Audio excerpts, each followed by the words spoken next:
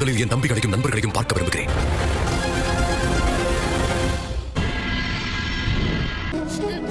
அஸ்வமேதையாக குதிரை மற்றும் அனுமனை அழைத்துக் கொண்டு நான் அயோத்திக்கு கிளம்பி விடுவேன். இது என்னவாகும்? ராமாயணம் எப்படி முழுமை பெறும்? ஆம் பிரபு, ராமரிடம் தோற்றுவிட்டோம். இல்லை குசன், இன்று என்ன நடந்ததோ அது கற்பனைக்கு அப்பாற்பட்டது. எல்லாம் தெரிந்திருந்தும் நாம் பின்வாங்கவில்லை. ஏனென்றால் நமக்கு முன்னால் இலங்கையின் வேந்தனையை அழித்த ராமன் இருந்தார். பேர்பட்ட சூர வீரர் எப்படி தோற்பார்? நாம் பாதி யுத்தத்தில் ஜெயித்து விட்டோம் குசன். அம்மா கூறுவார்கள், பொறுமை கடலினும் பெரிது. அவரை எதிர்க்கலாம். என்னுடைய பேச்சை மதிப்பதற்காக உன் உயிரையை பணையம் வைத்து விட்டாயா லட்சுமணா?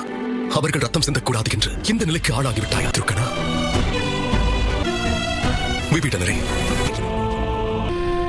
பரதா, என் தம்பி பரதா, அவரை எதிர்த்து போராட வேண்டும். இன்று சூரியன் மறையாமல் இருந்திருந்தால் நம் நிலைமை என்னவா இருக்கும்? இல்லை அண்ணா, நான் பயப்படவில்லை. அம்மாவின் நிலையை யோசித்தீர்களா?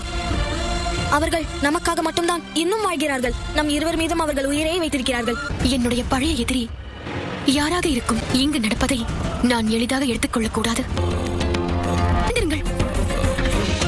அசுரர்கள் எங்கள் குடிலுக்குள் நுழைந்து அங்கு வாழ்ந்து கொண்டிருக்கும் முனிவர்களை எல்லாம் கைது செய்து விட்டார்கள். அந்த வனதேவி வரும் வரையில் அவர்கள் எங்கள் குடிலேயே இருப்பதாக சொன்னார்கள். எங்களுடைய குடிலை காப்பாற்றுங்கள் தாயே. நான் அந்த வனதேவி. உங்கள் குடிலையும் அதில் வசிக்கக்கூடியவர்களையும் நான் காப்பாற்றுகிறேன்.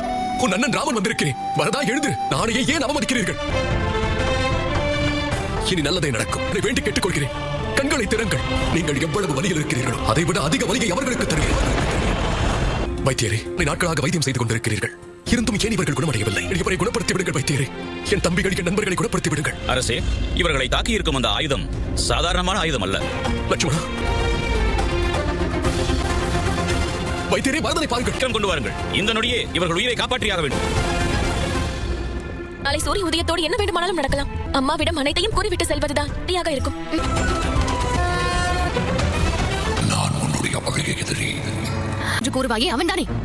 அதோடு ஓனாய் வேடத்திலும் நீதானே தாக்கினாய்.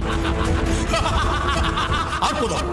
அழகுடன் சேர்ந்து அறிவோடும் இருக்கிறாய். வா, உன் வலது காலை எடுத்து வைத்து இந்த குடிலை சிறப்பிக்க வாசித்தா. அம்மா, அம்மா, அண்ணா, நீங்கள் அம்மாவை அங்கு தேடுங்கள். நான் அங்கு பார்க்கிறேன்.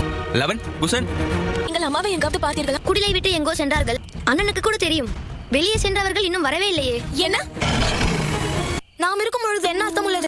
வனதேவி கட்டளையிட்டு இருக்கிறார்கள். குடிலை விட்டு யாரும் வெளியில் செல்லக்கூடாது. எங்களுக்கு அம்மாவின் கட்டளையை கடைபிடிக்காததால் இழுக்கு சேர்ந்தாலும் சரி, அவர்களை பாதுகாப்பதை தான் தேர்ந்தெடுப்போம்.